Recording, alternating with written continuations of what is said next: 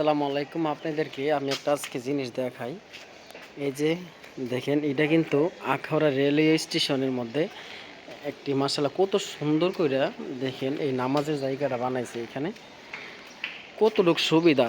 এইখানে যারা মনে করেন স্টেশনে আসে, যারা নামাজ পড়ে এখানে কিন্তু অনেক সুন্দরভাবে কিন্তু সুবিধা দেওয়া আছে। এখানে কত সুন্দর করে এসএস দিয়া এই নামাজের জায়গাটি বানাইছে। এখানে কিন্তু বৃষ্টিও পড়বো না।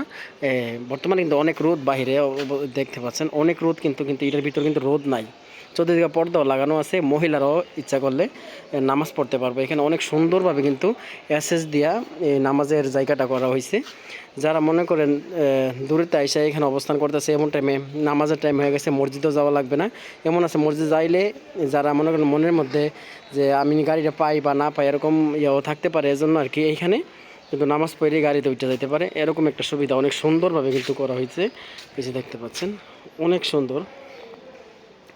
ভিতরে টাইলস করে একবারে এই নামাজের জায়গাটা বানানো হয়েছে। অনেক সুন্দর একটা উদ্যোগ যারা করছেন, মাশাআল্লাহ অসংখ্য ধন্যবাদ। এত সুন্দর একটি কাজ করার জন্য, এত মহৎ একটি কাজ করার জন্য অসংখ্য ধন্যবাদ জানাই যারা এই কাজটা করছে আখাউড়া রেলওয়ে স্টেশনে।